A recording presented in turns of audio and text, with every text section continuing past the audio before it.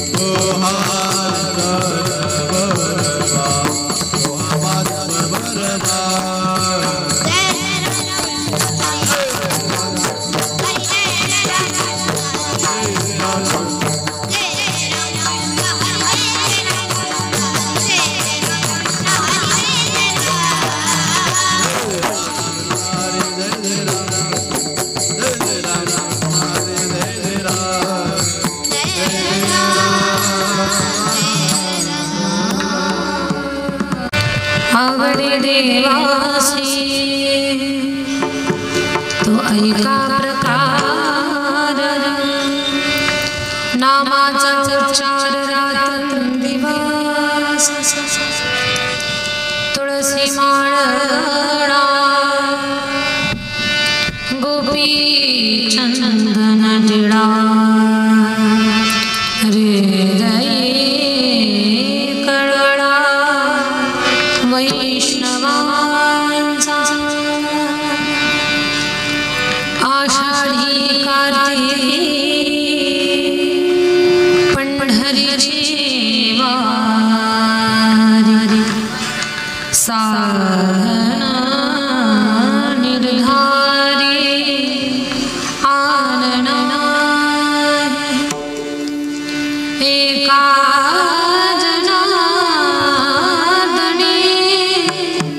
ऐसा ज्याचा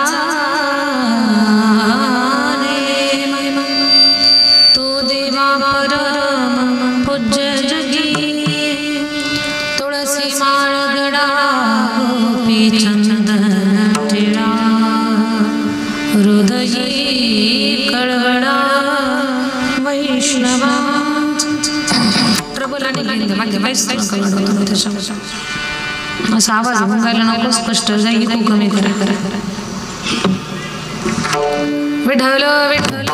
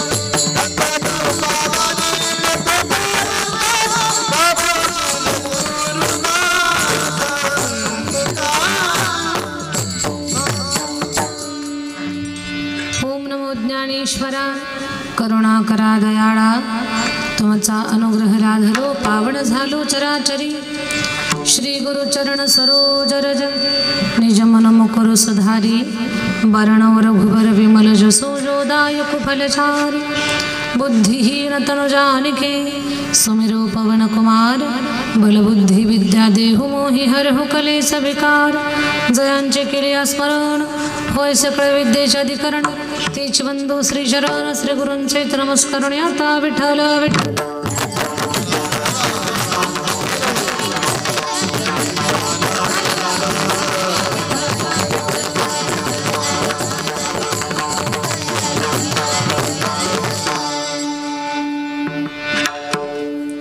आवडे देवासी तो एका प्रकार नामाचा उच्चार रात्रंदिवस तुळसी माळ गळा गोपी चंदन टिळा हृदयी कळवळा वैष्णवांचा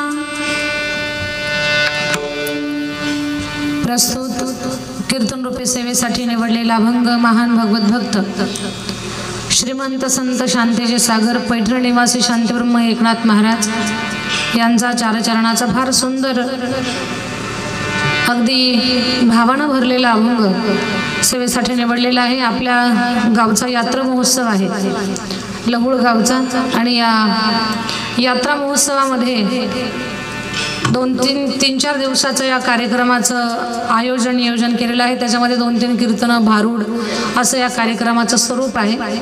तर त्याच्यामध्ये कीर्तन सेवा करण्याचं सद्भाग्य मला प्राप्त झालं। खरं तर आपल्या गावचे वयानं ज्येष्ठ असणारे आदरणीय सुधाकर दादा लोखरे दादांनी मला फोनवरती संपर्क केला। खरं तर लहुळ गावामध्ये 10 वर्षापूर्वी गणेश भाऊ लोखरे आप्पाच नाव आहे ना आप्पांचं आप्पासाहेब लोखरे यांच्याकडे आम्ही 10 वर्षापूर्वी यायचो आमचे वडील आम्ही आणि या वस्तीवरती खूप वेळा कीर्तन सुद्धा झालेले आहे गावात पण झालेलं आहे। आदरणीय सुधाकर दादांनी गावामध्ये सुद्धा कीर्तनासाठी आम्हाला बोलावलं होतं आणि आमच्या वडिलांची मैत्री आहे सुधाकर दादांची आमच्या वडिलांची अधूनमधून त्या दोघांचा फोनही असतो। तर खूप दिवसानंतर पुन्हा एकदा दादा तुम्ही मला गावकऱ्यांच्या वतीनं कीर्तनासाठी गावामध्ये बोलावलं। खरं तर मी दादांच्या मनापासून धन्यवाद व्यक्त करते की खूप दिवसानंतर मला लहुळमध्ये येण्याचा योग आला। खरं तर इकडे सांगली सातारा कोल्हापूर इकडे जाताना लहुळवरनं कुरुडवाडीवरनं खूप वेळा प्रवास होतो पण 10 वर्षानंतर पहिल्यांदाच थांबले मी इथं। तर या कीर्तनासाठी सर्व हरिभक्तपरायण मंडळी भगवान कुर्मदासाच्या समाधीस्थानानं पवित्र झालेली ही भूमी आहे। या आजच्या कीर्तनाच्या साथीसाठी मृदंगाची फार गोड अशी साथ देणारे मृदंग विशारद संतोष महाराज कवडे यांच्यासाठी टाळी झाली पाहिजे। फार सुंदर पखवाज वाजवतात संतोष महाराजांचं मनापासून कौतुक आहे। गायनाची फार गोड अशी साथ देणारे हनुमंत महाराज जाधव हनुमंत बाबा खूप गोड गाता तुम्ही हनुमंत महाराजांसाठी सुद्धा एकदा टाळी वाजवा। त्याचबरोबर संतोष महाराज मोरे संतोष बाबा तुमचंही मनापासून कौतुक आहे। हार्मोनियमची साथ देणारे एक 10-15 वर्षापासून ज्यांची मला ओळख आहे असे आदरणीय आमचे साळुंखे दादा कंदरच्या बाजूला गाव आहे का त्यांचं सातुरे गावचे आहेत। या गावामध्ये नातं आहे दादांच्या सोबत जावई या गावचे जावई बरोबर या गावचे जावई साळुंखे दादा थेट कंदरच्या भागातून कीर्तनासाठी आलेले आहेत। कंदरला खूप कीर्तन 2-4 कीर्तनाचा योग आला होता असे आमचे सरडे काका तर तेही कीर्तनासाठी आहेत। खूप चांगल्या पद्धतीची साऊंड सिस्टीम आहे ब्रह्मदेव साऊंड सिस्टीम सचिनजी कुंभार यांची खूप चांगल्या पद्धतीची साऊंड सिस्टीम आहे। उद्धव महाराज गरड आहेत। सर्व हरिभक्तपरायण मंडळी माझ्याकडे अभ्यास करणाऱ्या माझ्या काही विद्यार्थिनी आज कीर्तनाच्या साथीसाठी आहेत। त्याच्यामध्ये पखवाजाची फार गोड अशी साथ देणारी खरं तर पखवाज हे पुरुषाचं वाद्य आहे ते एका मुलीनं किती ताकदीनं वाजवावं याचं आदर्श उदाहरण म्हणजे माझी विद्यार्थिनी भाविका आणि साक्षी या दोघींसाठी सुद्धा टाळी झाली पाहिजे। सुरुवातीला जिनं पखवाज वाजवला ती भाविका आहे आणि लहान जी आहे ती साक्षी आहे। दोघी फार गुणी आहे आणि भाविकाचं विशेष सांगेन मी तुम्हाला संतोष महाराज भाविका पखवाजच वाजवते असं नाही ती तबला पण वाजवते ढोलक वाजवते ॲक्टोपॅड वाजवते वाद्यातली सगळीच वाद्य तिला वाजवता येतात हे तिचं विशेष आहे कौतुक आहे। गोड कंठाची फार कोकिळेसारखा बारीक असा आवाज आहे, अशी आमची भक्तीताई सुसलादे आहे, ज्ञानेश्वरीताई मसे आहे, अपेक्षाताई पवार आहे, आणखी सर्व माझ्या विद्यार्थिनी आहेत. खूप चांगली लेकरं आहेत आणि खूप त्यांचा या क्षेत्रामध्ये अभ्यास खूप यशस्वी वाटचाल चालू आहे. आणि आपल्या गावचे सायली कबाडे आडनाव आहे का, कबाडे ना, हां, सायली कबाडे नावाची मुलगी या वर्षी आपल्याकडे आली, तुमच्या गावची आहे. महादेव कबाडे नाव, हां, महादेव कबाडे यांची मुलगी आहे. आणि आपल्याकडे मागच्या 16 वर्षापासून मुलींची वारकरी शिक्षण संस्था आपण चालवतो. तर त्या संस्थेमध्ये खूप मुली शिकल्या, खूप मुली तयार झाल्या, कीर्तनकार कथाकार बनल्या. म्हणजे माऊलींना हे सगळं भगवंताच्या आशीर्वादानं शक्य झालं.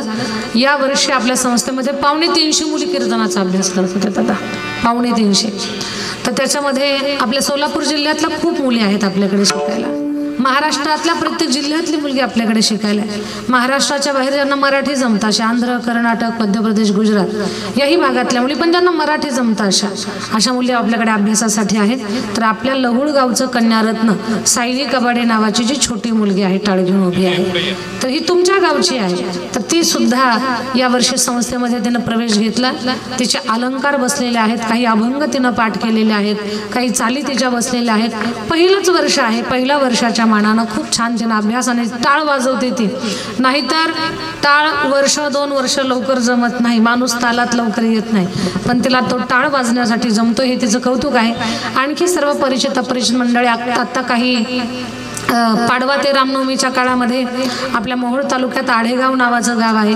तर आढेगावचे आमचे डोंगरे मामा आणि गावकऱ्यांनी मिळून त्यांचा कलशारोहणाचा कार्यक्रम होता, वार्षिक सप्ताह. पण त्या सप्ताहात त्यांनी भागवत कथेचं नियोजन केलं आणि ती भागवत कथा त्यांनी माझ्याकडे सुपूर्द केली. खूप चांगली माणसं आहेत. आणखी डोंगरे मामांच्या सोबत जर कोणी त्यांचे सहकारी आले असतील तर त्या सगळ्यांचं मनापासून स्वागत आहे. आणि डोंगरे मामा, त्यांचा परिवार, त्यांचे सहकारी मित्र थेट आढेगाव या गावावरून इथं आलेले आहेत. आपल्या गावाच्या जवळ लव्हे नावाचं गाव आहे, तर त्या गावावरून आलेले चोपडे साहेब आहेत, आणखी सर्व त्यांचे सहकारी मित्र. गडबडीमध्ये एखादं नाव माझ्याकडून राहू शकतं. आमचे हरिभक्त परायण महाराज, नवनाथ महाराज ना, कानिपनाथ महाराज आहेत, तेही आलेले आहेत. आमचे हरिभक्त परायण मुंबईला राहतात असे इंजिनियर दाससाहेब इथं आलेले आहेत. आणखी सर्व हरिभक्त परायण मंडळी, परिचित अपरिचित मंडळी, आपल्या सगळ्यांच्या मध्ये परमेश्वराचं चिंतन पाहू. कॅमेऱ्याच्या माध्यमातून या कीर्तनाचं शूटिंग सुद्धा आहे. गडबडीमध्ये एखादं नाव राहून जाऊ शकतं, पण तुम्ही सगळी समजदार मंडळी आहात. आणखी सर्व पंचक्रोशीतून आलेले भाविकजन, आपल्या सगळ्यांच्या मध्ये ईश्वराचं चिंतन करू. विठ्ठल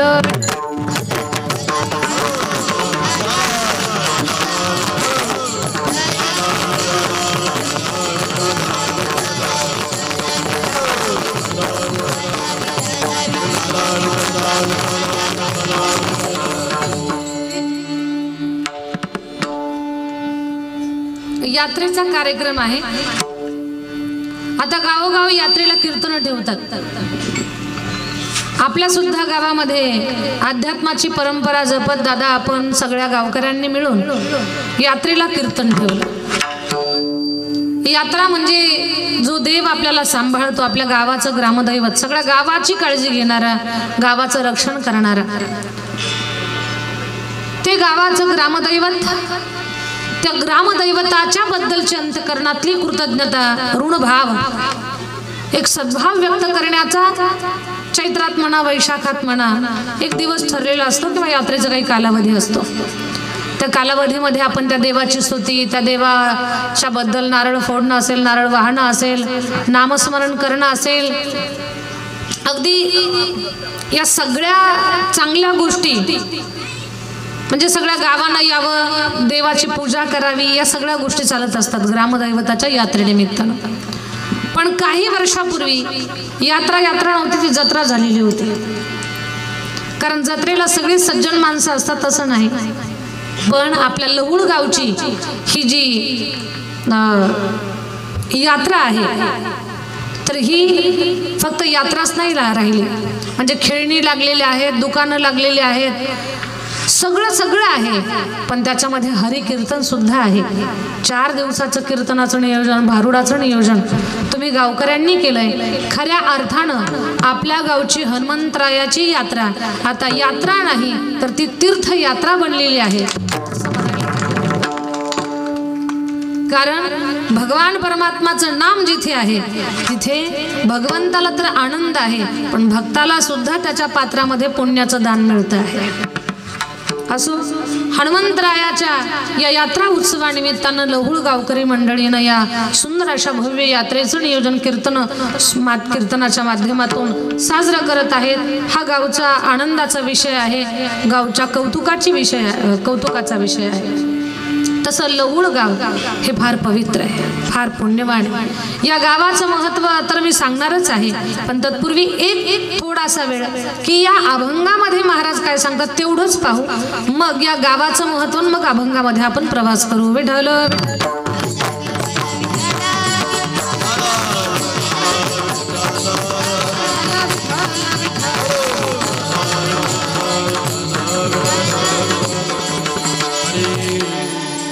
अभंग फार गोड आहे, सगळ्यांच्या परिचयाचा आहे, लक्षात येईल अशा अर्थाचा आहे.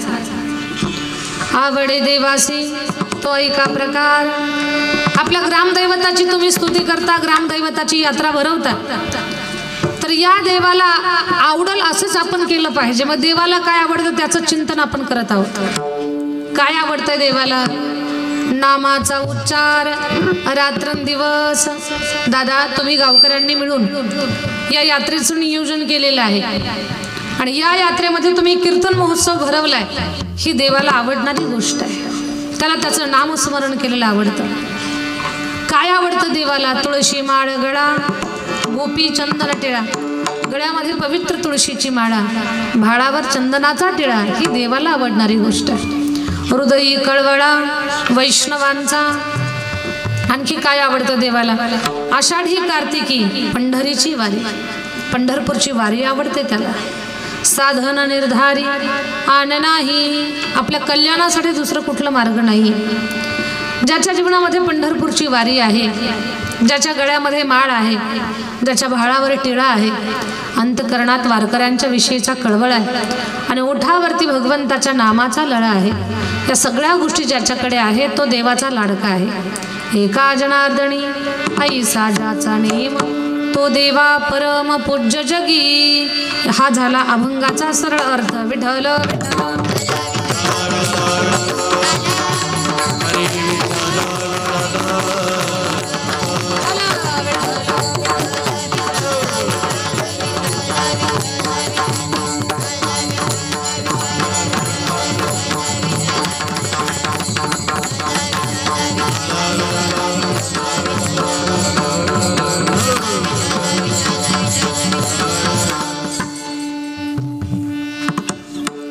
आज खूप मोठा पर्व काळ आहे, अक्षय तृतीया. पूर्ण मुहूर्त, 3.5 मुहूर्तापैकी हा एक मुहूर्त आहे. आजच्या दिवसाला फार महत्त्व आहे. आजच्या दिवशी आपण सत्कर्म करावं, नामस्मरण करावं, दान करावं, अन्नदान करावं, धनदान करावं. जे तुम्हाला दान शक्य आहे हे सगळं दान या दिवशी आपण करावं. कारण आजच्या दिवशी केलेलं दान आणि त्याच्यापासून मिळणारं पुण्य हे न संपणारं असतं. आजच्या तिथीचं नाव आहे अक्षय तिथी. अक्षय म्हणजे क्षयच होत नाही. आजच्या दिवशी तुम्ही चांगलं कर्म करा, ते जे पुण्य आहे ते कधी संपणार नाही. आजच्या दिवशी पाप करा, त्याचं जे पाप लागणार आहे ते सुद्धा कधी संपणार नाही. कारण या तिथीचं नाव आहे अक्षय तृतीया. या दिवशी खूप सत्कर्म करण्याची परंपरा आपली भारतीय लोकांची. लहुळ सगळं महिला मंडळ माझ्या बोलण्याकडे लक्ष द्या. आजच्या दिवशी पुण्यकर्म करण्याची, पूर्वजांच्या आठवण करण्याची, त्याबद्दल काही भागामध्ये कुणाला जीव घालतात, तर कुणी गाईला घास देतात, तर कुणी पूर्वजांचं स्मरण करतात. आजच्या दिवशी लोक नवीन वस्तू खरेदी करतात. शुभ मुहूर्त आहे, घरातल्या लहान लेकरांचं नाव ठेवण्याचा आजचा दिवस आहे किंवा लोक आजच्या दिवशी नाव ठेवतात. नामकरण सोहळा करतात. असं खूप मोठं महत्त्व या तिथीला आहे. आजच्या दिवशी पुण्यकर्म करावं, चांगली कर्म करावी, सत्कर्म करावं, दान करावं. विशेष करून आजच्या दिवशी तुम्ही जेवढं काही नामस्मरण कराल हा खूप मोठा पुण्याईचा भाग आहे. खरं तर इलेक्शनमुळे आपली तारीख पुढे ढकलली, नाही तर 7 तारखेलाच कार्यक्रम होता, पण तारीख पुढे ढकलली तेही चांगलं झालं. अक्षय तृतीयेचा पर्वकाळ आलाय आपल्या सगळ्यांच्या जीवनामध्ये या कार्यक्रमाच्या माध्यमातून. आज तुम्ही न ठरवता सुद्धा तुमच्याकडून नामस्मरण घडणार. विठ्ठल विठ्ठल चालू झालं की किमान टाळी तरी वाजवताल, नाही तोंडात पण मनातल्या म्हणलात तरी विठ्ठल विठ्ठल म्हणता. तर न ठरवता सुद्धा तुमच्याकडून इथं बसल्यामुळे पुण्यकर्म घडणार आहे. आणि आजच्या दिवशी जे पुण्य तुम्हाला मिळणार आहे ते कधीच त्याचं पुण्याचा जो साठा आहे तो न संपणार आहे. आजच्या तिथीचं नाव अक्षय तृतीया आहे. आजच्या दिवशी भगवान परशुरामजी यांचा जन्म झालेला आहे. आजच्या दिवशीच्या विशेष गोष्टी, सत्ययुगाची सुरुवात आज झालेली आजच्या तिथीला. असं सांगतात की द्वापार युगाची सांगतेचा दिवस सुद्धा आजचा दिवस आहे. खूप काही चांगल्या गोष्टी आजच्या दिवशी घडल्या कारणानं या अक्षय तृतीयेला भारतीय रिवाजामध्ये, हिंदू शास्त्रामध्ये खूप मोठं असं महत्त्व आहे. खूप मोठं महत्त्व. या अक्षय तृतीयेच्या पर्व काळावरती आपण ईश्वराचं चिंतन पाहत आहोत. पवित्र पुण्यभूमी लहुळ, कारण या लहुळ गावामध्ये महान संत कुरुमदास यांचं समाधी स्थान आहे. पैठण क्षेत्र आपल्या सगळ्यांना माहिती आहे. त्या पैठण क्षेत्रामध्ये महान संत भानुदास बाबा, भानुदास बाबांनी कीर्तन करावं आणि त्यांच्या कीर्तनाला कित्येक लोकांनी येऊन बसावं. एक दिवस भानुदास महाराजांनी कीर्तनामध्ये सांगितलं की बाबा रे, भगवान परमात्मानं सुंदर नरदेह दिलाय तो भक्ती भजन करण्यासाठी. देवी दिला देह भजन.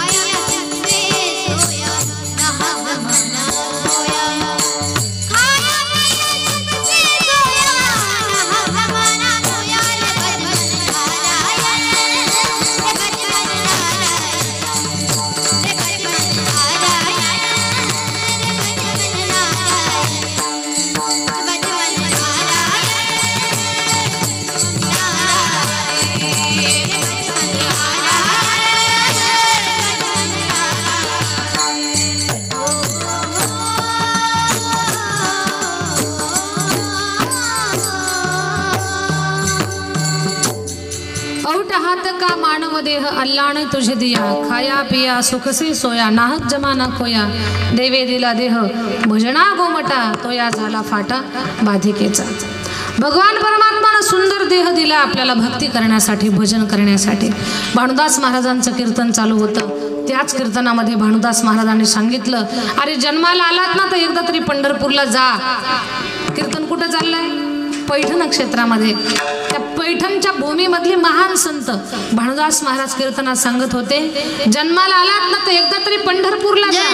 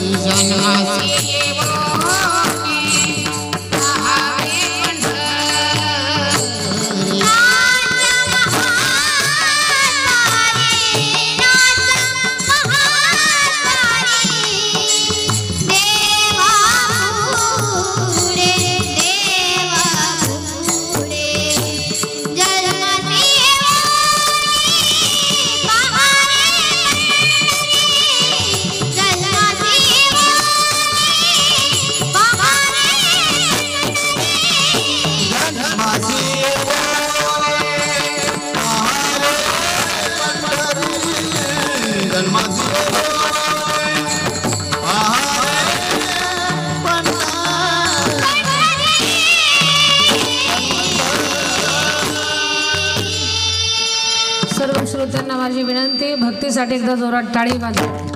फारच गोड कंठ आहे भक्तीचा, फार सुंदर, फार उंच गाते. जन्मास येऊनी पहारे पंढरी, कीर्तनात सांगितलं भानुदास बाबांनी, अरे जन्माला आलात ना तर एकदा तरी पंढरपूरला जाऊन या.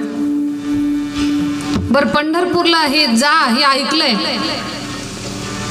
आणि असा माणूस पंढरपूरला जायचा त्यानं निश्चय केला की त्याला हातही नाही तर पाय पण नाही. पैठण क्षेत्रावरनं पंढरपूरला जायचं ठरलं. भानुदास बाबांची दिंडी निघाली होती पंढरपूरला. त्या तरुणानं मुलानं घरात विचारलं, आई मी पंढरपूरला जाऊ का? बेटा तुला हात पण नाही, तुला पाय पण नाहीत, कसं जाशील रे पंढरपूरला? घरात तुझं सगळं मी पाहते, तुला खाऊ घालते, तुला नाहू घालते, तुला शौचाला सुद्धा मलाच घेऊन जावं लागतं बाळा, आणि तू पंढरपूरला कसं जाशील? पण आई कीर्तन ऐकून माझ्या मनावर खूप परिणाम झाला ग. असं वाटतंय असंही माझं जीवन खाऊन संपणार आहे, पण त्याच्यापेक्षा पंढरपूरला जाऊन जर या जगाचा मी निरोप घेतला तर माझं जीवन सफल होऊन जाईल. आई लहुळ मधल्या माझ्या प्रत्येक ताईनं, माझ्या दादानं माझ्या बोलण्याकडे लक्ष द्या, शब्द न शब्द काळजीपूर्वक ऐका. लेकरू म्हणते आई मला जाऊ दे पंढरपूरला. आई म्हणते बाळा अडवणार नाही तुला, पण तुला हातही नाही तर पाय पण नाही, कसं जाशील तो? लेकरू म्हणतं मा तुला असं वाटतं ना की माझ्या अंगावर माझी घाण पडल, त्याच्यामुळे तू मला जाऊ देत नाही ना? आई मी जर काही खाल्लंच नाही तर मला बाहेर जायची वेळच येणार नाही, आणि दिंडीमध्ये एवढी सगळी माणसं आहेत, कोणीतरी माझी छोटीशी होईना चौकशी करतील ना, बरं आहे का म्हणून, आलाय का म्हणून. आईला कसं तरी समजावून सांगून कुर्मदास नावाचा मुलगा त्या दिंडीमध्ये निघाला. पण दिंडी सोबत नाही, कारण दिंडीच्या सोबत हात पण नाही पाय पण नाही, पूर्ण जमिनीवरती अंगावरती माती घेत मातीमध्ये लोळत लोळत जायचं. पटपट चालणाऱ्या माणसासोबत बरोबर लोळत लोळत जाणारा माणूस कधी गाठणार आहे त्यांना? म्हणून दिंडीच्या अगोदरच कुर्मदासांना लोळण घेत निघावा. दिंडी मागच्या गावात जर मुक्कामाला असेल तर यांनी पुढचं गाव गाठावं. दिंडीला यायला वेळ, कुर्मदास पुढच्या गावात हजर. त्या गावकऱ्यांना आवाज द्यावा, अहो गावकरी मंडळी तुमच्या तुमच्या गावात भानुदास बाबांची दिंडी येते, दिंडीच्या जेवणाची व्यवस्था करा हो दादा. पंढरपूरला निघाले सगळे वारकरी, तुम्ही जर त्यांना अन्नदान केलं ना तर तुम्हाला खूप पुण्य मिळेल. भूमिदाने होसी भूमी पाडू, कनकदाने कांती निर्मळू, चंदनदाने सदा शीतळू, सुपरिमलू उपचार. अन्नदाने दृढायुषी, उदकदाने सदा सुखी. अन्नदान करा, आयुष्य लाभेल तुम्हाला, तुमचं सगळ्यांचं कल्याण होईल. अन्नदानम महादानम विद्यादानम ततःपरम. अन्नदान करा, लोकांना सांगावं. महिला भाविक असतात, आपल्या टोपल्यातल्या भाकरी घ्याव्यात, सगळ्या गावच्या चौकामध्ये त्या भाकरी जमा कराव्यात. कुर्मदासाने घरोघरी भाजी मागून आणावी किंवा लोकांनी आणून द्यावी. आणि भानुदास महाराज यायच्या अगोदर दिंडीच्या जेवणाची व्यवस्था हात पाय नसलेल्या माणसानं करावी. लहुड हातपाय असणारी माणसं सुद्धा नियोजन लावतील का नाही एवढं व्यवस्थित, तेवढं व्यवस्थित नियोजन दिंडीचं कुर्मदास लावत होते. वारकऱ्यांचं जेवण व्हायच्या आत निघाले पुढच्या गावाला. ऊन, पाऊस, वारा, माती, चिखल. पूर्वी काही डांबरी रस्ते नव्हते, मातीमध्ये लोळण घेत घेत घेत घेत पुढच्या पुढच्या पुढच्या गावाला दिंडी, मागे मागे मागे कुर्मदास, पुढच्या गावाला दिंडी, लगेच मागच्या गावाला कुर्मदास, पुढच्या गावाला व्यवस्था करत निघाले. सगळ्या वारकऱ्यांना खाऊ घालणारे कुर्मदास, पण त्यांच्या पोटात अन्नाचा कण नाही. पंढरपूर काही अंतरावर राहिलंय, लहुळ गावच्या मागेच आहेत. आता आवाज खोल गेलाय का, पोटात अन्न नाही. लोळण घेत आहे, अंगाचे पूर्ण छाले निघालेत, रक्त बंबाळ शरीर झालंय, पूर्ण नाक तोंड मातीमध्ये माखलंय, भूतासारखं दिसतंय. आवाज खोल गेला, पण जोपर्यंत कंठामध्ये प्राण आहे, जोपर्यंत ताकद आहे, तेवढी ताकद खर्ची करून आवाज देतात. मंडळी, तुमच्या गावात खूप मोठे साधू भानुदास बाबा दिंडी घेऊन येत आहेत, जेवणाची व्यवस्था करा. लहुळ आणि आपल्या लहुळ गावामध्ये सुद्धा 50-60 दिंड्यांना जेवण असतं. ही फार पुण्याची गोष्ट आहे लहुळकर मंडळी, हे पुण्य आहे तुमच्या सगळ्यांचं. लहुळ गावातून पुढे निघाले कुर्मदास, पण आता त्यांना चालवणं भयंकर त्रास व्हायला लागला. माझ्या ताईंनो, आषाढी पालखी सोहळ्यामध्ये आळंदी, पंढरपूर, देहू, पंढरपूर चालताना कोणी बिना चप्पलचं चालतं तर कोणी चप्पल घालून चालतं. जे पायी पायी चालतात त्यांना गुडघ्यांचा त्रास होतो, कुणाच्या पायाला फोड येतात, कुणाच्या पायाचे छाले निघतात, भयंकर त्रास होतो माणसाला. हात पाय असणाऱ्या माणसाला एवढा त्रास होतो, ज्या माणसाला हातही नाही आणि पायही नाही, अंगात हजारो काटे टोचले, कित्येक दगड टोचली, अंगाचे मासाचे लगदे निघाले, मातीत माखले, पोटात अन्नाचा कण नाही, त्या कुर्मदासाची अवस्था काय झाली असेल विचार कर. बाहेर जायच्या भीतीनं खातच नाही, आणि पंढरपूरला जायचा तर दृढ निश्चय आहे. भगवान परमात्मा कुर्मदास दिंडीची व्यवस्था करतात आणि देव कुर्मदासाची काळजी घेतोय. पण पंढरपूर आता वारीचा दिवस जवळ आला, भगवान गेले, कुर्मदास त्यांना आता पुढे जाता येईल. बेचैन झाले, व्याकुळ झाले, अंगामध्ये भयंकर त्रास, भयंकर वेदना, भयंकर आग पडली. आता काही सुचना. पंढरीनाथाचा धावा केला. पंढरीनाथा, पांडुरंगा, हातपाय नसलेला हा अभागी, दुर्भागी, दुबळा जीव हा कुर्मदास संतांची वचन ऐकून तुझ्या दर्शनासाठी पंढरपूरला निघालो होतो देवा, पण मी एवढा पुण्यवान नाही की मी आता तुझ्या नगरीपर्यंत पोहोचल. देवा, माझं पुण्य कमी पडलंय म्हणून तर मी येऊ शकत नाही. पण नारायणा, तू माझ्या भेटीसाठी यावं किंवा मला दर्शन द्यावं ही माझ्या मनातली सुप्त आस आहे. असं देवाला बोलतच होते, देवाला अंतःकरणातून साथ घालत होते. तेवढ्या दिंडी चाललेली लक्षात आले. दिंडी चालली आपल्याला डावलून पुढं. तर मातीत माखलेल्या कुर्मदासानं आवाज दिला, ओ वारकरी बाबा जरा थांबा ना, इकडे लक्ष द्या ना. वारकऱ्यांनी मागे पुढे उजवीकडे डावीकडे सगळीकडे पाहिलं पण माणूस दिसना, पण आवाज तर येतोय. ओ वारकरी बाबा इकडे पहा ना, कुणीकडे पहा. खाली पाहिलं तर भूतासारखा मातीत माखलेला रक्तबंबाळ झालेला एक पिंड, एक देह. पाहिलं कुर्मदास, अरे ही काय अवस्था झाली. माझ्या अवस्थेचं चिंतन नका करू, माझ्या चित्ताचं चिंतन फक्त पांडुरंगाला सांगा, माझ्या विठुरायाला सांगा की तुमचा हा दुबळा भक्त तुमच्या वाटेवर तर निघाला, पण आता तो पंढरपूर पर्यंत येऊ शकत नाही. त्याच्या अंगात आता तेवढी ताकद राहिलेली नाहीये. देवाला माझा निरोप द्या. कुर्मदास तुमच्या दर्शनाची आस पाहतोय, तुमची वाट पाहतोय, बस त्याला एकदा दर्शन द्या. माझ्या ताईंनो, चित्र फक्त डोळ्यासमोर उभं करा, डोळे पाणावतील तुमचे. सगळ्यांना खाऊ घालणारे, भगवंताचं भजन करत चालणारे, फक्त जमिनीवरून पिंड निघालाय, हात नाही पाय नाही, लोटांगण घेत एक जीव चाललाय. कशासाठी? विठुरायाच्या भेटीसाठी.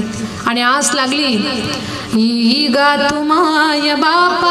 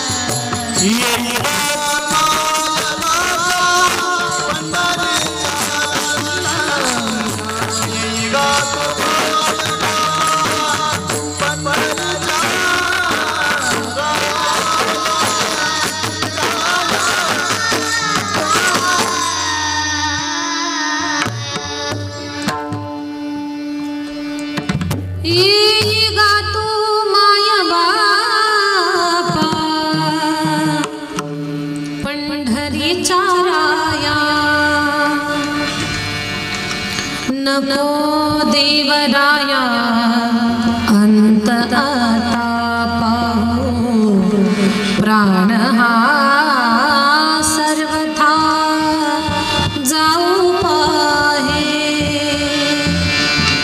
पंढरीनाथाला साथ घातली. वारकऱ्यांनी विठुरायाचं दर्शन घेतलं. दर्शन घेतलं पुन्हा दोनदा डोकं टेकवलं. देवाला विचारलं, दोन दोन वेळा का पायाला मारता माझ्या तुमचं डोकं? देवा मारत नाही, आमच्यावरचं दर्शन घेतलं, एकदा कुर्मदासावरलं घेतलं. कुर्मदासजीनं निरोप दिलाय, खूप तुमची अगदी डोळ्यामध्ये त्राण आणून वाट पाहताय.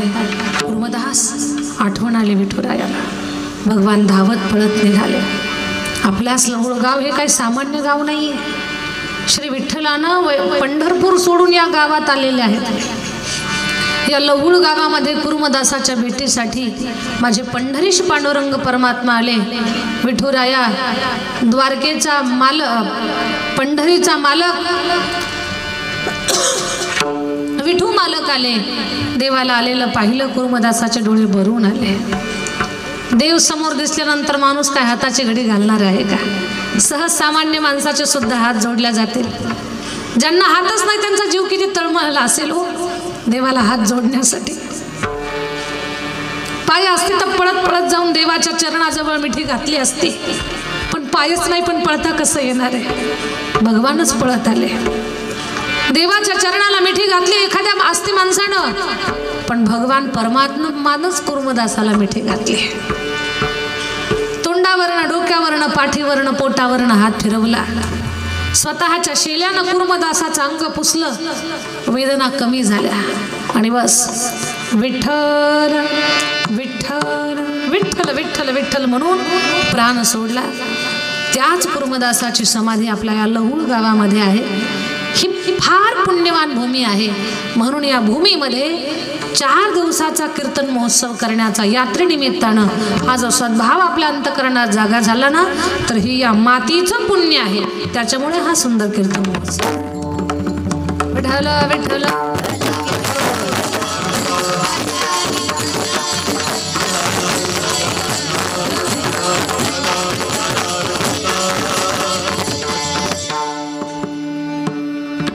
याच भूमीमध्ये गावचं ग्रामदैवत हनुमंतराया हनुमानजीच्या या यात्रेमध्ये पहिल्या दिवसाच्या कीर्तनासाठी मी नाथ महाराजांचा अभंग निवडला. नाथ महाराज महान साधू आहेत माझ्या दादांनो.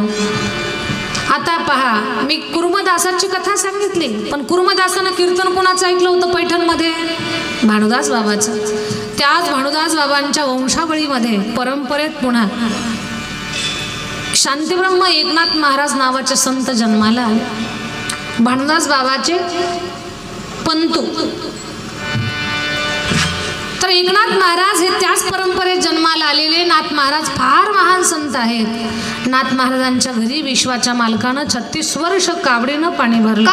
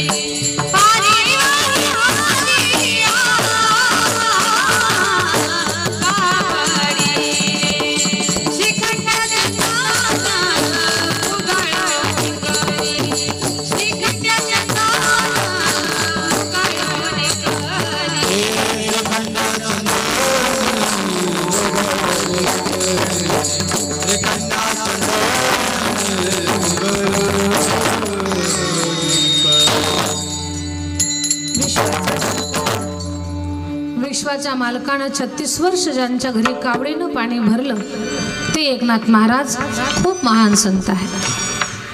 माझ्या बोलण्याकडे लक्ष द्या लवळकर. नाथ महाराज असे साधू आहेत, देव ज्यांच्याकडे राबतोय. आणखी एक विशेष गोष्ट आहे का नाथांच्या चरित्रातली. नाथ महाराजांची भक्ती एवढी श्रेष्ठ आणि एवढी सुंदर आहे. नाथ महाराज मंदिरात जातात नवल नाही. मंदिरातला देव नाथांच्या घरी येतो आणि नाथांचं घरच मंदिर होतं. हे आपल्याला शिकायचं आहे. जीवनामध्ये आपणही भक्ती अशीच करायची. आपण मंदिरामध्ये जातो नवल नाही, मंदिरातला देव आपल्या घरी यावा आणि आपलं घर सुद्धा मंदिर व्हावं. आपलं घर मंदिर होईल, पण त्याच्यासाठी अगोदर मनाचं मंदिर करणं फार गरजेचं आहे. आपल्या घरात एक मंदिर असतं देवघर, त्यात महिना महिना देव बिना आंघोळीचे असतात. कधी आपलं घर मंदिर होईल?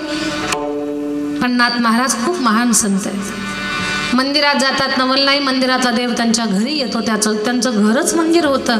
असे श्रेष्ठ साधू एकनाथ महाराज आहेत. नाथ महाराजांच्या चरित्रातला एक गोड भाग सांगते मी तुम्हाला. नाथ महाराजांनी देह ठेवला आणि नाथ महाराज चौघाच्या खांद्यावर निघाले. खांदेकरी चारच असतात ना. झोपल्या का काय लवळ, 4 खांदेकरी असतात. चौघाच्या खांद्यावर नाथ महाराज निघाले. एक बाई, तिच्या मुलीचं नवीनच लग्न झालेलं होतं. तिनं ती प्रेतयात्रा पाहिली. राम नाम सत्य, राम नाम सत्य. त्या बाईनं प्रेतयात्रा पाहिली. ती म्हटली या ब्राह्मणाला आजच मरायला आलं होतं का. नाथांना कळालं बरं. म्हणजे लोकाला कशाची अडचण होईल काही सांगता येत नाही. कुणाला कुणाच्या मरणाची अडचण होते तर कुणाला कशाची अडचण होते. नाथ महाराजाला कळालं या बाईला आपल्या मरणाची अडचण झाली आहे. नाथ महाराज उठून बसले आणि नाथ महाराज म्हणतात, बाई तुझ्या मुलीला वाटील मी नंतर मरतो. हे तुम्हीच ऐकताय ना. हे जमल का आपल्याला. नंतर मरतो. बरं कल्पना करा, एखादा प्रेत घेऊन निघालेत खांदेकरी 4 आणि ते प्रेत वर उठून बसलं. खालचे खांदेकरी नीट राहतील का ना. म्हणजे प्रेत यात्रा तर निघाले, सगळे खालची माणसं निवांत चाललेली आणि ते वरचं प्रेत उठून बसलंय. खालचे खांदेकरी नीट राहणार नाहीत. यदा कदाचित ते प्रेत उतरून जर घरी आलं आणि घरच्या माणसाला म्हटलं रडू नका मी आलोय, घरच्या लोकांची अवस्था काय होईल. पण नाथ महाराज अद्भुत संत आहेत. बाई मी नंतर मरतो तुझ्या मुलीला वाटेला. पुन्हा काही दिवसांनी नाथांनी देह ठेवला. चौघाच्या खांद्यावर निघाले. ज्यांनी खांद्यावर घेतलं ती होती भावकी. भावकी एवढी बेकार आहे. आपल्याला लवळमधलं काही सांगत नाही मी. अजून थांबायचं तासभर, कशाला दुश्मनी मोल घ्यायची आपण. ती भावकीला अहंकार झाला म्हणे. हा माणूस 12ही महिने आयुष्यभर वारकरी टाळकरी कीर्तनकार कथाकारी यांच्यात राहिला. शेवटी आपल्याशिवाय पर्याय आहे का. आपल्याच खांद्यावर जावं लागतं की नाही. नाथ महाराज म्हटले भावकी मला काही तुमच्या खांद्यावर जायचं नाही. नाथ महाराज उतरले आणि गोदावरीमध्ये जाऊन जलसमाधी घेतली. जिथे समाधी घेतली तिथं फुलं तुळशी मंजुळा बाहेर आल्या. त्याची समाधी पैठण क्षेत्राला. हे का सांगते मी तुम्हाला, तर माझ्या बोलण्यातला भाव एवढाच आहे. नाथ महाराज महान साधू आहेत. जगा काळ खाई आम्ही माथा दिला पाय. काळावर ज्यांनी जय मिळवला, नवल नाही काळाचा बाप ज्यांनी राबवला, त्यांचं नाव नाथ महाराज. ते नाथ महाराज फार मोलाची गोष्ट अभंगाच्या पहिल्या चरणामध्ये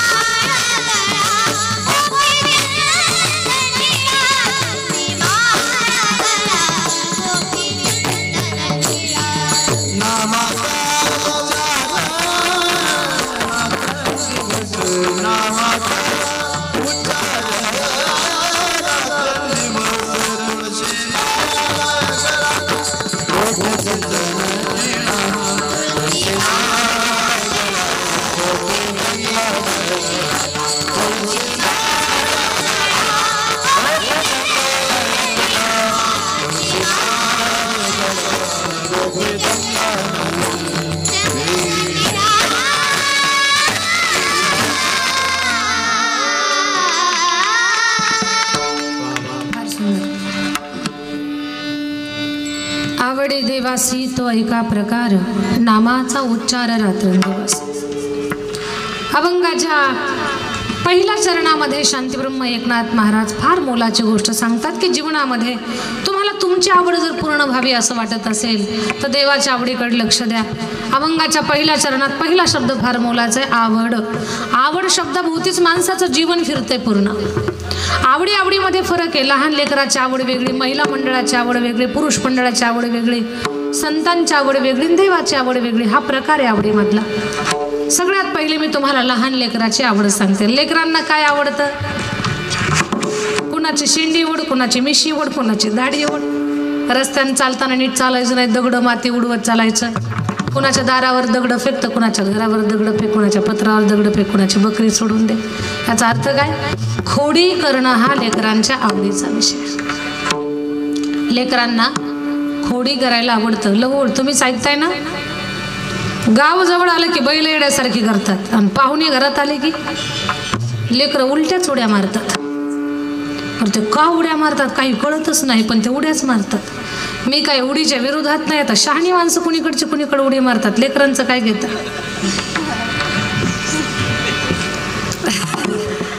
आईजवळ उडी मारा, वडिलांजवळ उडी मारा, का पाहुण्याच्या थोबाडावर?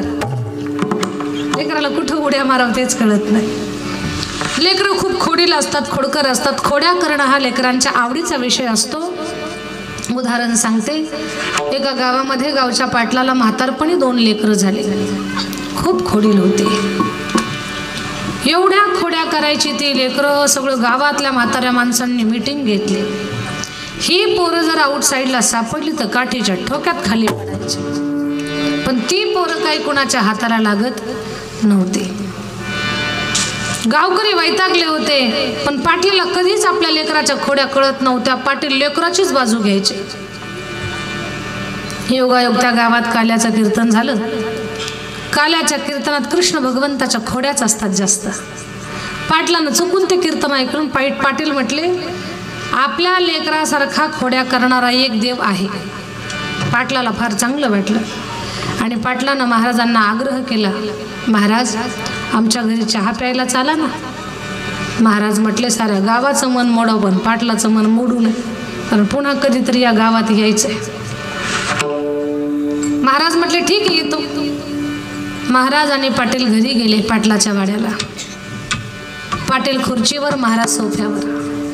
पाटलानं आपल्या लक्ष्मीला आवाज दिला, पाटलीन बाई. त्या म्हटल्या, जी. पूर्वी असंच बोलत होते का लवळ? असंच बोलायचे ना पूर्वी, जी म्हणायचे. पाटलीन बाई, किती गोडवा या बोलण्यामध्ये. पाटलीन बाई. आता तुम्ही फक्त पाटलीन बाई म्हणून पहा, तुम्हाला जी उत्तर येणारच नाही. काय हे पाटलीन बाई म्हणणार आईस्क्रीमच होतं, पुढं काही बोलतच नाही. पण पूर्वी गोडवा होता बोलण्यामध्ये. पाटलीन बाई, जी 2 कप चहा करा, आपल्या घरी महाराज आले. पाटलीन बाई म्हटलं ठीक आहे. महाराजांच्या पाटलाच्या गप्पा चालू झाल्या. पाटलाच्या कार्ट्याला कुणीकडनं कळालं आपल्या घरात महाराज आले. गल्लीत गोट्या खेळत होतं, अख्खं मातीनं माखलं होतं. पण कार्ट असं धूम पडालं 120च्या स्पीडनं घराकडं. असं पळत आलं जिथं महाराज सोफ्यावर बसलेले आहेत.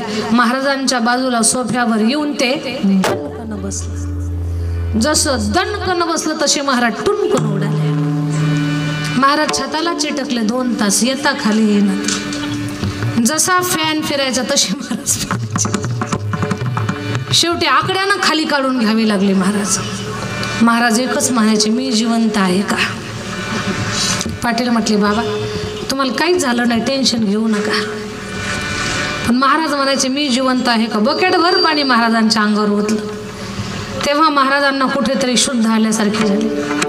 महाराजांच्या बाजूला ते कार्ट बसलेलं. महाराज त्याच्याकडे डोळे फाडून पाहायचे, ते महाराजाकडे पाहायचं. त्या कार्ट्यानं बसल्या बसल्या महाराजांच्या पिशवीत हात घालायला चालू केला. महाराज मनात म्हणायचे, या पिशवीत नारळ आहे, कीर्तनाचं पाकिट आहे, सत्काराचे शाल आहे. नारळ शाल घेई नका, पण या जर पाकिट घेतलं, पाकिट कुणाला मागायचं पुन्हा? महाराजांनी घेतलं त्याला चिमटा घेतलं, त्यानं कुई केलं. लेकरू विचित्रच होतं. कुई केलं आणि बाजूला गेलं. पण मनात म्हणते, महाराज बदला लेकर रहूंगा, छोडूंगा नाही मी आपको. थोड्या वेळानं पुढं आलं. महाराज जुन्या काळातले होते, मिशा दाढी शेंडी जुन्या काळातले होते. कार्ट पुढं आलं आणि दादा त्या कार्ट्यानं कचकन मिशा पकडल्या महाराजांच्या. जोरात ओढायला लागलं, चिकू चिकू चिकू. महाराजांच्या डोळ्याला टचटच पाणी आलं. महाराज म्हणतात, पाटील वाव, लेकराला काही सांगा, माझ्या दाढी मिशालाच खेळायला लागलं. पाटलालाही कौतुक वाटलं. पाटील म्हणतात, बाबा खेळू दे त्याला, झोका खेळायची सवय. महाराज म्हणतात, पाटील बुवा, या काही झोक्याच्या दोऱ्या नाहीत, या माझ्या मिशा बाजूला काढा. कसं तरी ते पोरग बाजूला काढलं. महाराज म्हटलं, इथं एकालाही डोकं नाहीये, सगळेच बधीर आहेत, मी बोलतोय काय नाही, वागतायत काय. तेवढा चहा आला. महाराज म्हटले, पटकन चहा पितो, सुटका करून घेतो. महाराजांनी कपातला पूर्ण चहा बशीत ओतला, बशी तोंडाला लावली आणि 5ची मोटर चालू झाली. तोंड भाजत होतं तरी महाराज चहा ओढत होते. पटकन चहा प्यायचा होता आणि जायचं होतं. महाराज चहा प्यायला लागले. ते कार्ट पळत आलं आणि बशीच्या दुसऱ्या बाजूला तोंड लावला. एकीकडनं महाराज चहा प्यायच्या, दुसऱ्या बाजूने ते कार्ट चहा प्यायचं. महाराजांनी सुर्र केलं, कधी फुर्र करायचं. गारव्याचे दिवस होते दादा. त्या पोराला चांगली सर्दी झाली होती, सर्दी जाम पिकली होती.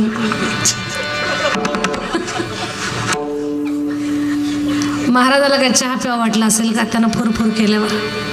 महाराज म्हणतात, बाळा तू एकटाच चहा पे. नाही बाबा, तुमच्या सोबतच प्यायचं. बाळा दिवसमान चांगले नाही बाबा, तो तुमचा प्रसाद आहे, असू द्या. बेटा माझा प्रसाद द्यायच्या नादात तुझा प्रसाद माझ्या तोंडात जायचा. बोलायच्या नादात चहाची वाफ गेली पोराच्या नाकात. जोरात शिंकलं पोरग. आज तोफेतून गोळा सटकला. अवघा रंग एक झाला. चहावर तरंगला. जेच का हातातून बशी सटकली. चहा गेला बघून, पण पार्सल धोत्रावरच राहिलं काका. एवढे जाम चिडले होते महाराज. त्या पोराला तर बोलतच नाहीत महाराज. पाटलाला म्हणतात, पाटील एवढं सोन्यासारखं लेकरू कोणाचं आहे. मोठ्याच्या लेकराला सोनंच म्हणावं लागतं, किती जरी बाद असलं तरी. एवढं सोन्यासारखं लेकरू कोणाचं आहे. सोनं म्हटलं की पाटलाच्या 3 गुंड्या तटकन तुटल्या, कारण पहिल्यांदा कोणीतरी सोनं म्हटलं होतं. पाटील म्हणतात, बाबा तुमच्या आशीर्वादानं आमचंच आहे. महाराज म्हणतात, पाटील असे सोन्याचे तुकडे किती आहेत तुम्हाला.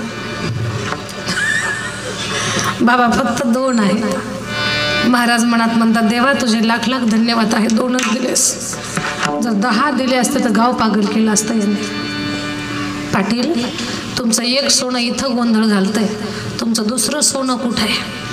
पाटलानं सांगितलं, बाबा बाहेर तुमच्या बुटात पाणी टाकतंय. अशी विचित्र लेकरं जर तुम्हाला पाहायला मिळाली माझ्या दादांनो, तर समजून घ्या, याच्यातून आपण समजायचं की खोड्या करणं हा लेकरांच्या आवडीचा विषय. बरं आपलीच लेकरं खोड्या करतात असं नाही. विश्वाचा मालक जेव्हा लहान होऊन आला ना, तेव्हा त्यानं सुद्धा खोड्या केल्या.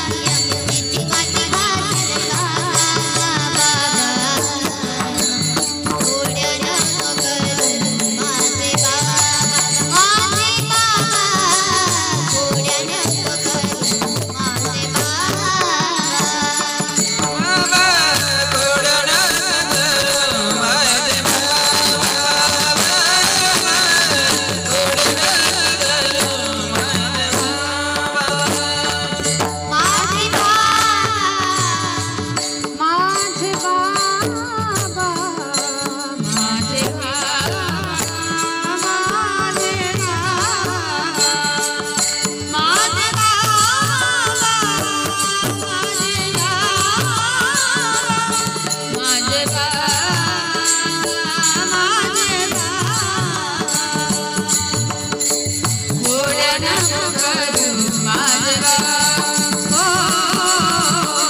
खोड नको करू माझे बाबा,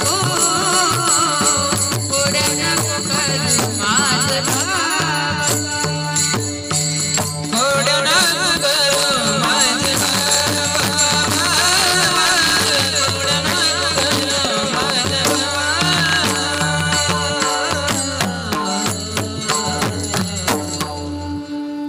लहान लेकराला खोडी करायला आवडते. विश्वाचा मालक लहान होऊन आला तर त्यानं सुद्धा खोड्या केल्या. ती लहान लेकराची आवड आहे. लेकराची आवड सांगितली. महिला मंडळाला काय आवडतंय? सोन्याचे दागिने, सुंदर मेकअप, भारीतली साडी. महिला मंडळाच्या आवडीचा विषय साडी, शृंगार आणि सोनं महिलांच्या आवडीचा विषय आहे. महिलांना सोनं एवढं आवडतंय, पण माझ्या ताईंनो लवळ महिला सोन्याचे दागिने घालतात, पण या दागिन्या पाठीमागे शास्त्र काय आहे याचा कधी अभ्यास केलाय का तुम्ही? हातात कंकण का, पायात पैंजण का, कानात झुंबर का, याचा कधी विचार केलाय? लवळ झोपल्या का काय? नाही ना. महिला मंडळाच्या हातात बांगड्या असतात का? तर त्या बांगड्या बाईला सांगतात, बाई तू घरची अन्नपूर्णा आहेस ग, स्वयंपाक चांगला कर. स्वयंपाक चांगला करण्यासाठी तिला जागरूक ठेवण्याचं काम त्या बांगड्या करतात. खळखळ खळखळ खळखळ त्या वाजतात. छान स्वयंपाक कर, चांगला झाला तर घरची माणसं पोटाला पोटभर खातील ग. आणि तू जर व्यवस्थित स्वयंपाक केला नाही तर तुला बोलणे बसतील. स्वयंपाक चांगला कर. बाई माणसाच्या पायामध्ये पैंजण असतं. उजव्या पायातलं पैंजण माहेरची प्रतिष्ठा आहे.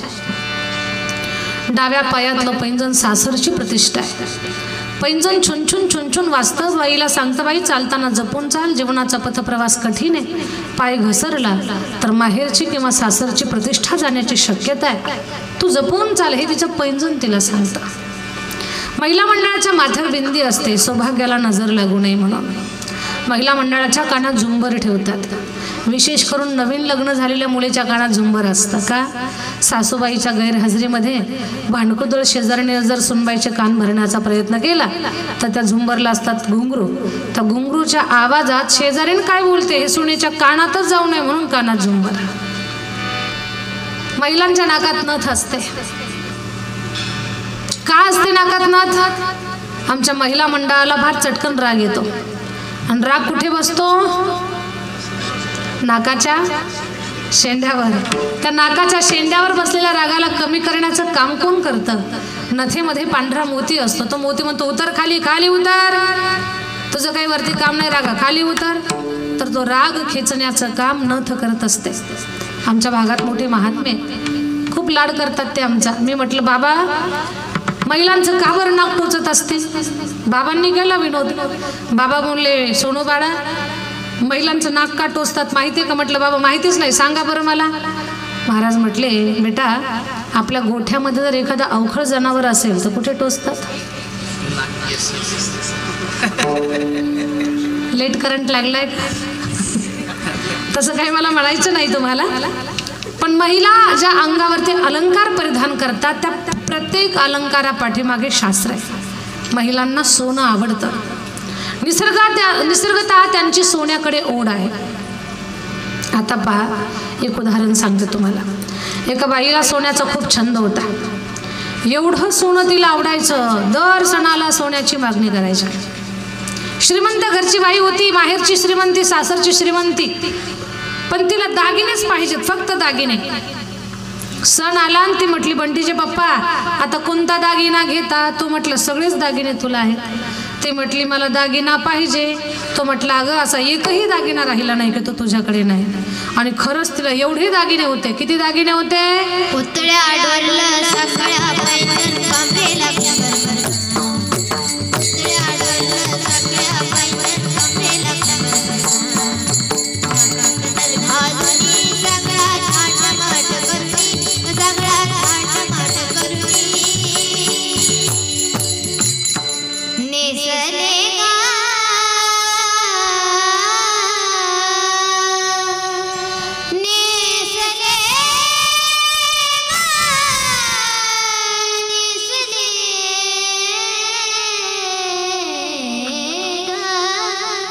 नेसले गा शालू पैठणचा, नेसले गा शालू पैठणचा,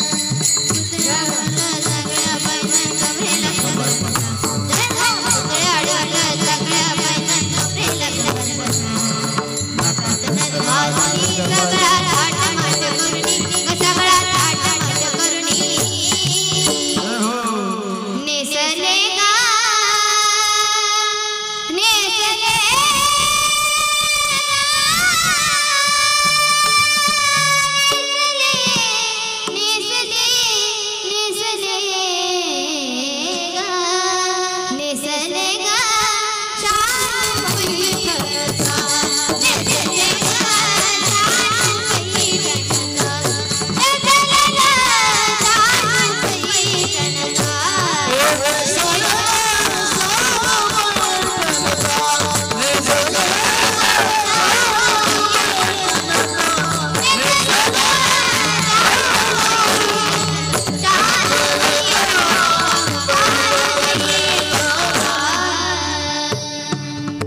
भक्तीसाठी आणि मृदंगवादक भाविकासाठी आपण टाळी वाजवू. फार छान वाजवलं भाविकाने, फार सुंदर. त्या बाईला खूप दागिने होते पण तिचा हट्टच. मालक म्हटला तर कोणता दागिना पाहिजे? ती म्हटली मला 2 तोळ्याची नथ पाहिजे. नथ कुठं 2 तोळ्याची असते का? लवळ मधल्या माझ्या ताईंनो, नथ असते का 2 तोळ्याची? आपल्या नाकाच्या मापानुसार नथ घ्यावी. तो म्हटला अगं आपल्या नाकाचं माप पहा, नथ माग. ते म्हणते आता नाकाचं माप काढायचं नाही. तो म्हटलं काही हरकत नाही. गेला आणि त्यानं 2 तोळ्याची नथ आणली. बाईनं नाकात घातली, नाकपुडीच खाली गेली. बाई अवघडच होती. तिनं दोरानं वर बांधली, कपाटाच्या समोर अशी पाहायची, नाकपुडी फुगवायची. तेवढ्या त्याचा मालक म्हटलं बाप्याची माय, अख्ख्या लवळमध्ये तुझ्या नाकासारखं नाक नाही बघ. मालकानं कौतुक केलं पण पोट कुठं भरतंय. गल्लीतल्या सगळ्या आया बाया बोलायला, आसरा दगडा धोंडा केसरा मंडा सुरेखा. एका हातात चहाचं कप द्यायचे आणि दुसऱ्या हातात नथ दाखवायची. पहा ना आमच्या पप्पाच्या बापानं कशी नथ घेतली गोडा. बाया एवढा विचित्र काका, चहा पिपर्यंत म्हणायचे बाई लक्ष्मीसारख्या दिसतालो. ही नथ घातल्यावर तुम्ही लक्ष्मीसारख्या दिसताल. आणि चहा पिऊन घराच्या बाहेर पडल्या की म्हणायचे दुसरं भुताडच दिसल. एक तर म्हटली म्हशीच्या नाकात व्यसन घातल्यासारखे दिसत. काय काय एक एक बोलत होत्या बाया, काय सांगावं तुम्हाला. पण तिला तो फुगवायची आणि ती फुगायची. उद्या संक्रांत ना आदल्या दिवशी कशात नोट टाकली तिला लक्षच नाही. दुसऱ्या दिवशी पहाटच उठले, स्नान केलं, भरजरी वस्त्र अंगावर घातलं, पितळी डबा घेतला, सगळे सोन्याचे अलंकार घातले पण नोटच सापडणार. सकाळी ती अशी गुलाबाच्या फुलासारखी टवटवीत होती पण जशी जशी नथ सापडणार तशी सुकलेल्या सूर्यफुलासारखी व्हायला लागली. गल्लीतल्या बाया आल्या, अक्का चला ना वाण द्यायला. ती म्हटली भा पुढं आलेच मी. बाया म्हटलं काय झालं? काही विचारू नका. बाया म्हटलं सणासुदीला रडायला लागली, चला आपला. घरच्या लक्ष्मीनं कधी सणासुदीला रडायचं नाही माझ्या ताईंनो, कधीच रडायचं नाही. हे शिकायचं कीर्तनातून आपल्याला. लक्ष्मीनं कधी रडू नाही. त्या घरातली लक्ष्मी कधी निघून जाईल जर रडलात तुम्ही तर कळणार सुद्धा नाही तुम्हाला. रडायचं नाही कधी, अश्रू चांगले नाही. मग ती बाई खूप रडायला लागली. बाया म्हटलं हिचं नको नादी लागेल, चला आपलं. आता आपल्या गल्लीतल्या बाया देवदेव करताना दिसले आणि त्या जर आपली घरची आपलं माणूस जर दिसलं नाही तर माणूस विचारतं का नाही आमच्या घरचे कसे काय दिसणार. मग गल्लीतल्या बाया आल्या आणि हे चौकात बसलेलं होतं. यानं विचारलं अक्का आमच्या घरचे कसे काय दिसना. बाया म्हटलं घरात रडत बसल्या. काय झालं म्हणे जाऊन विचारा. त्यानं टुनकनं पारावरनं उडी मारली घरी पळतच गेलो. दारात चोरलं, ए बाब्याची माय. ती म्हणते काय काय झालं तुला? कसं सांगू काय झालं? तो मी आणली होती. बोलणं कोड्यात होतं. याच्या पायाखालची जमीन सरकली की हा म्हणतो मी काय आणली होती. ती म्हणते तुम्हीच आणली होती. अगं काय आणली होती? 2 तोळ्याची. याची ट्यूबलाईट पेटली, नथ आणली होती. हा म्हटलं मग काय झालं? कुठं पडली सापडच ना. हा म्हटलं बाई रडू नको तू, घरच्या लक्ष्मीनं सणासुदीला रडायचं नसतं, मी तुझी नथ शोधू लागतो. याला सगळा बाजून चहा सुद्धा दिला नव्हता आणि म्हणते मी नथ शोधू लागतो. नथ शोधायला लागले, कपडे कपाट किचन हॉल बेड सगळं पाहिलं पण नथच सापडना. जशी जशी नथ सापडन तशी बाई जोरजोरात रडायची. हे तिला समजावून सांगायचं रडू नको. त्याचा आवाज खोल गेला तिला सांगू सांगू की रडू नको रडू नको, पण तिचं काय रडणंच थांबलं. शेवटी म्हणता अगं आपली मागच्या सणाचे 2 ग्रॅमचे घाल, तुला पुढच्या सणाला 2 काय 10 तोळ्याची नथ करतो मी, पण आता तो रडू नको आणि 2 ग्रॅमची नथ घालून वाण द्यायला जा. ती म्हटली नाही मला 2 तोळ्याचीच पाहिजे. हा म्हटलं कशामुळं? आपली 2 ग्रॅमची घाल ना. ती म्हटली नाही मला 2 तोळ्याचीच घालायची. हा म्हटलं कशासाठी? मला सेल्फी काढायची होती. एवढी अवघड बाई होती ती म्हणते मला सेल्फी काढायची होती. हा म्हटलं काय डोकं काय करू आता, फोडून घेऊ का मी तुझ्या पुढे? नथ सापडा ना, वाण द्यायची वेळ चालली, तुझं रडणं थांबा ना, रडू नको ना तू. ती म्हटली मला नथच पाहिजे. हा म्हटलं आता कामाचे दिवस तोंडावर आले, याला जर असंच रडत ठेवलं तर हे बरं नाही. यानं खिशातून फोन काढला. हॅलो सोनार मामा, 2 तोळ्याची नथ तयार ठेवा मी आलोच. हिच्या लक्षात आलं बरं का आता हे नथ आणायला जाणार आहे. ही म्हटली चहा ठेवू का? चहा ठेवू का? याला विचारलं चहा करू का तुम्हाला? हा म्हटलं मला जिवंत ठेवायचं असेल तर ठेवायचं. त्यानं गॅस पेटवला, पातेलं ठेवलं, त्यात पाणी टाकलं, दूध टाकलं, चहा पावडर टाकली, साखरेचा डबा खाली घेतला, झाकण उघडलं, उंजळ भरून अशी साखर वर घेतली. माझ्या ताईंनो काय सांगू, त्या साखरेतच नथ आली ना तिची. बाई जोरात चिरकली, पप्याचा बा. ह्याला वाटलं चिकटली शेगडीला तर काही खरं नाही. ही म्हणतं काय झालं? सापडली माझी नथ सापडली, आता तुम्हीच चहा शिजवा तुम्हीच प्या. चालले मी वाण द्यायला. याला चहा शिजवायला बसवलं. मला एकच सांगायचं तुम्हाला, माझं दृष्टांत संपलं की महिलांना सोनं आवडतं. आमच्या माऊल्यांना सोनं आवडतं असं नाही. सीतामाई साक्षात लक्ष्मीचा अवतार आहे. जनकाची मुलगी, दशरथाची सून आहे, राजा रामाची पत्नी, काहीच कमी नाही तिला. ती जगाला धनाचा वाटप करते कारण ती स्वतः लक्ष्मीचा अवतार आहे. पण जेव्हा तिनं अरण्यामध्ये सोन्याचं हरिण पाहिलं तेव्हा तिला सुद्धा त्या सोन्याचा मोह सुटला नाही. आणि सीतामाई म्हणते राघवा तुडिता फुले मी राघवा रामा, सहज पाहिला जाता मज आणून द्या हरिण अयोध्या आणून द्या हरिण अयोध्या.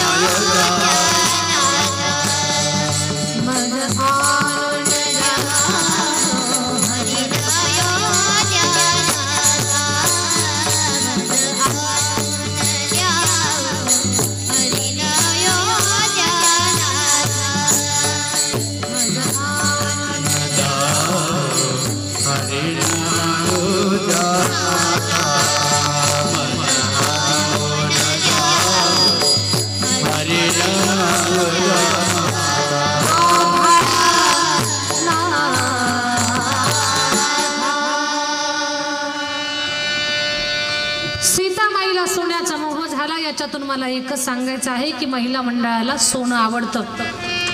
पुरुष मंडळाला काय आवडतं? गप्पा मारायला आवडतात. आणि गप्पा त्यांच्या कोणत्या असतात? फक्त चौकात बसल्यानंतर फाडून टाकीन, कापून खाईन, फक्त चौकात. घरात बायकोच्या हातात लाटणं पाहिलं की पुढं काहीच बोलत नाहीत ते. मी लहुळमधलं अजिबात काही सांगत नाही. मी आमच्या तिकडचं सांगते, तिकडे गेलं की तुमचंच सांगायचं.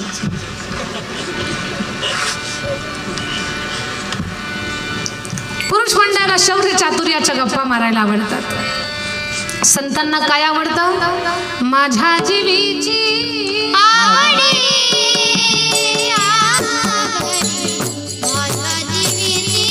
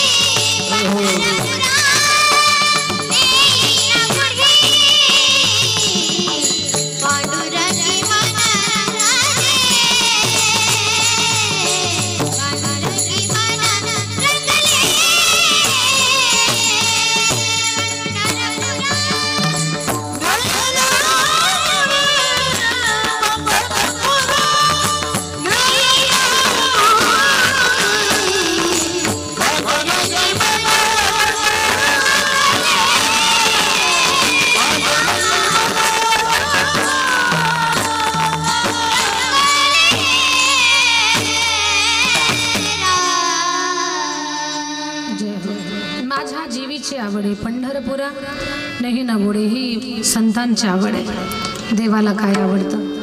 आवड आहे देवासी तो ऐका प्रकार नामाचा उच्चार रात्रंदिवस. देवाला रात्रंदिवस नामस्मरण केलेलं आवडतं. बरं, देवाचं नाव घ्यावं आपण आणि त्याच्यामध्ये आपलंच भलं व्हावं, देवाच्या आवडीचा विषय. देवाला त्याचं भजन केलेलं आवडतंय, पण देवाचं भजन गाण्यामध्ये भलं कुणाचं आहे? आपलंच आहे. माझ्या ताई दादांनो, माझ्या बोलण्याकडे लक्ष द्या. ईश्वराचं नामस्मरण करावं आणि आपण आपल्या जीवनातल्या अडचणी संपवून टाकाव्या. ज्या माणसाला खरंच देवाचा नामजाप करण्याच्या अंतकरणातून गोडी असेल त्या माणसाच्या जीवनामध्ये एकही प्रश्न राहणार नाही, सगळे प्रश्न सुटतील. पण भगवंताचं नामस्मरण करण्याची गोडी त्या माणसाला असली पाहिजे. घेताना विठोबाचे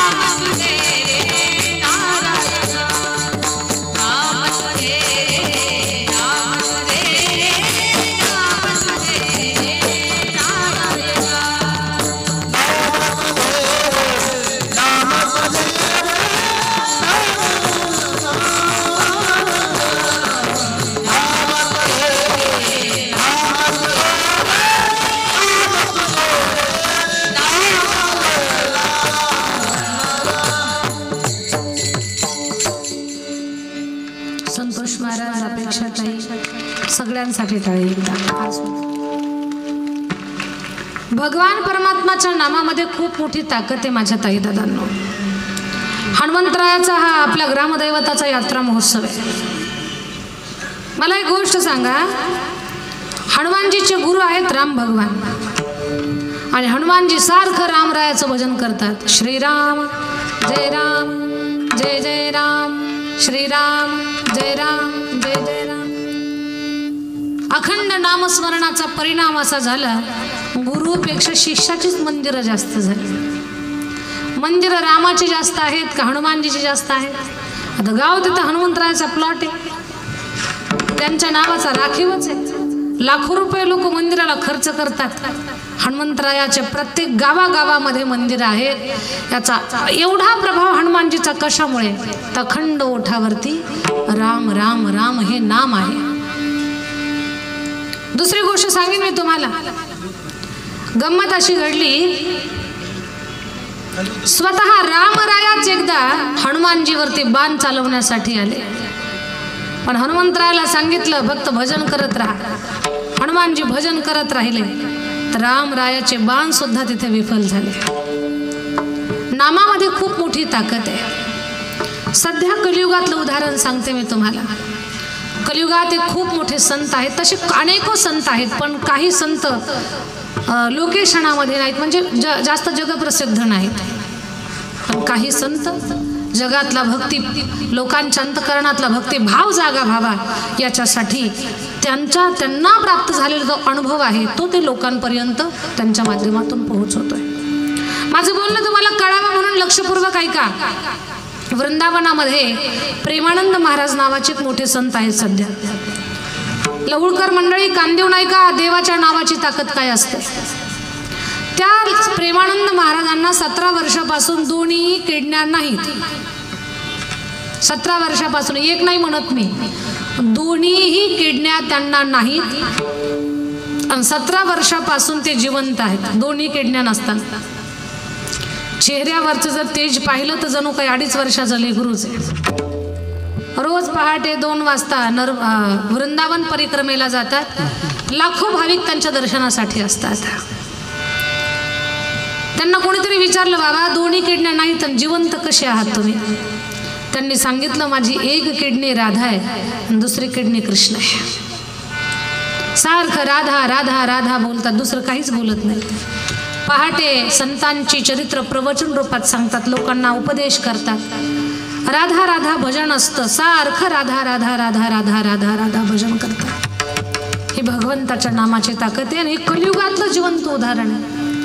जर एक व्यक्ती भगवंताच्या नावावर दोन्ही किडण्या नसताना जर 17 वर्षापासून जिवंत असेल तर आपल्या संसारातले प्रश्न फार छोटे आहेत, ते केव्हा सुटून जातील. पण त्याच्यासाठी तुम्हाला भगवंताचं नामस्मरण करावं. इथे प्रत्येक ताईला वाटतं माझा संसार सुखाचा झाला पाहिजे, वाटतं की नाही? मालकाच्या कष्टाचं चीज व्हावं, लेकरू हुशार व्हावं, आमच्या घराला गावात किंमत प्राप्त व्हावी, घरातली लक्ष्मी टिकावी, असं प्रत्येक बाईला वाटतं. वाटतं ना? झोपल्या का काय? वाटतंय का तुम्हाला घर आपलं प्रगतीपथावरती जावं? वाटतं सगळ्यांना. पण त्याच्यासाठी एक मंत्र आहे, तो मंत्र मी देते. ज्यांना ज्यांना मंत्र पाहिजे त्यांनी वरती हात करा. दिसतायत मला, अंधारात सुद्धा दिसतायत. कुणा कुणाला पाहिजे सुखी जीवनाचा मंत्र? बाकीच्यांना नकोय का? बरं, हा मंत्र त्यालाच देता येईल ज्याला स्वयंपाक जमतोय. घरामध्ये स्वयंपाक कोण कोण करतं? बाकीच्यांनी मेस लावली का? ज्या 2 टाइम स्वयंपाक करतात त्यांनी हात वर करा. लाजू नका, घ्या हात वर. मी असं गृहीत धरते की तुम्ही सगळ्या जणी स्वयंपाक करता. स्वयंपाक करताना कुणाची निंदा करायची नाही. आपण चूक करतो, घरच्या भाकरी खायच्या लोकांच्या धुणे धुवायचे. अजिबात निंदा करू नका. निंदेसारखं पातक नाही. आजच्या कीर्तनातून तुम्हाला घरी काही जरी घेऊन नाही जाता आलं तर एवढी गोष्ट घेऊन जायची, चुकूनही कुणाची निंदा करायची नाही. जर निंदा कराल तर स्वतःचं जीवन बर्बाद करून घ्याल. कारण निंदेनं माणसाचं पतन होत आहे, पुण्याचा क्षय होतो, पापाचा ढीग वाढतो आणि हळूहळू संकट आपल्या जीवनात उभी राहतात. म्हणून निंदेसारखं पाप करायचं नाही. तर आपण स्वयंपाक तर करतो, पण स्वयंपाक करताना आपण निंदा करतो. सखूची सून आली का राधाची सून गेली का? काही गरज आहे का? लोकाची निंदा करू नका. काही मावशा म्हणतात, ताई याचं त्याचं बोलल्याशिवाय खाल्लेलं पचतच नाही. तशा माझ्या ताईंना माझा सल्ला आहे, जर तुम्हाला याचं त्याचं बोलल्याशिवाय खाल्लेलं पचत नसेल तर स्वयंपाकाच्या वेळेत निंदा करू नका. निंदेसाठी सेपरेट तास काढा, निंदेचा तास, आणि त्यावेळेत ठरवून निंदा करा. पण स्वयंपाकाच्या काळात निंदा करू नका. कारण स्वयंपाकाच्या काळात जर तुम्ही निंदा केली तर तो स्वयंपाक होतो दूषित, अपवित्र. आणि अपवित्र स्वयंपाक जो कोणी खाईल त्याची बुद्धी भ्रष्ट होईल. सगळ्या संपत्तीचा, घराचा, विचाराचा ऱ्हास होईल. घराची प्रगती होणार नाही. म्हणून स्वयंपाक करताना एकच करायचं, काय? रामकृष्ण हरी जय जय राम कृष्ण हरी राम कृष्ण हरी जय जय राम कृष्ण हरी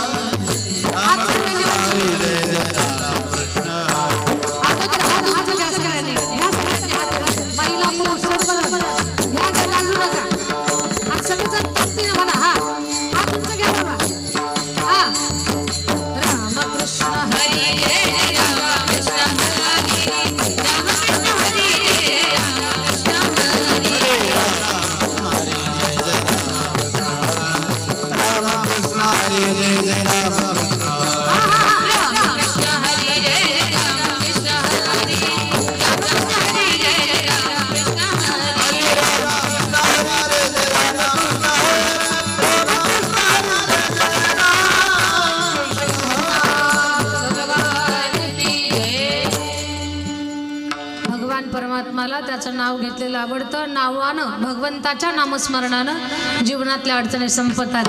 लग्नात तुम्ही लग्न मंडपात एकदाच पतीचं नाव घेता तर मालकाच्या प्रॉपर्टीच्या मालकीन होतात तुम्ही.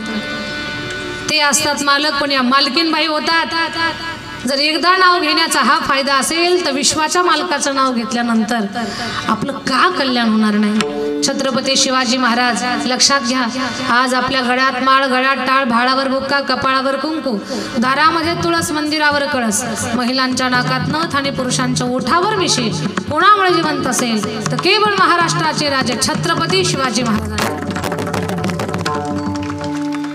छत्रपती शिवाजी महाराज यांची प्रत्येक मोहीम, लढाई यशस्वी होत होती. का तर मोहिमेला जाण्या अगोदर ते एक नामोच्चार करत होते, जगदंब जगदंब.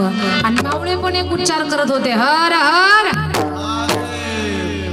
ही ताकद आहे नामस्मरणाची. प्रत्येक मोहिमेत महाराजांना विजय प्राप्त व्हावा.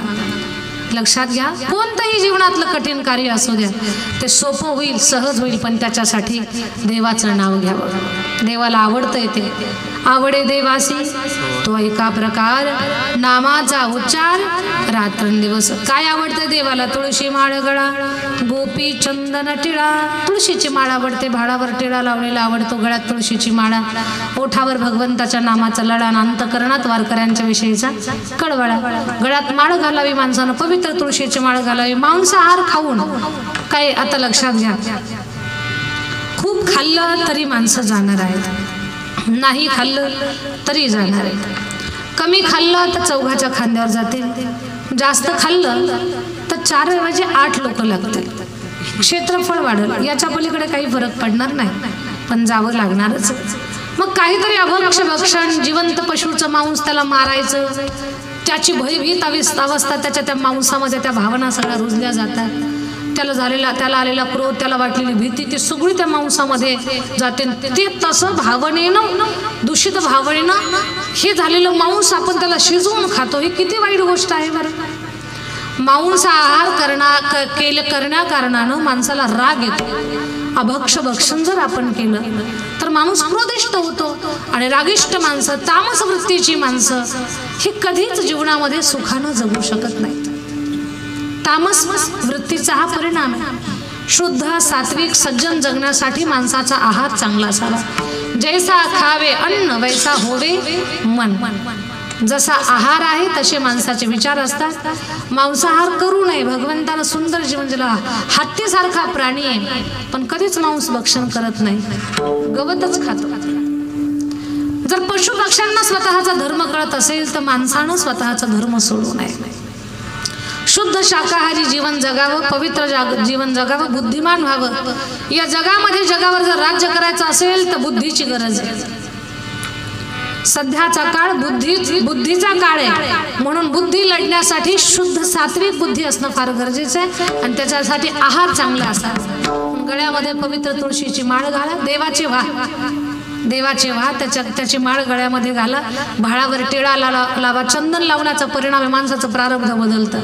काही जर अशुभ आपल्या प्रारब्धात असेल तर ते नष्ट होतं, सगळं काही चांगलं जीवन बनतं आपलं। पण चंदनाचा टिळा भाळावर लावावा आणि ओठावर भगवंताचं नाव ठेवावं, यात आपलं कल्याण आहे। म्हणून तुळशी माळ गळा, गोपी चंदन टिळा, हृदयी कळवळा वैष्णवांचा।